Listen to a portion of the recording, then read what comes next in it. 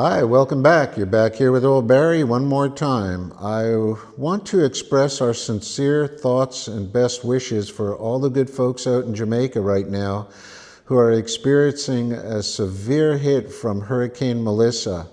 Melissa passed by the Dominican Republic for the past 5 days. It's a very slow-moving storm. And while it did dump a tremendous amount of rain and had caused us a fair bit of flooding in certain areas, it's nothing in comparison to what the poor folks out in Jamaica are currently experiencing. So please share, along with all of us here, your thoughts and prayers for the survival and the best outcome possible from a vicious storm that's packing out winds in excess of 150 miles an hour.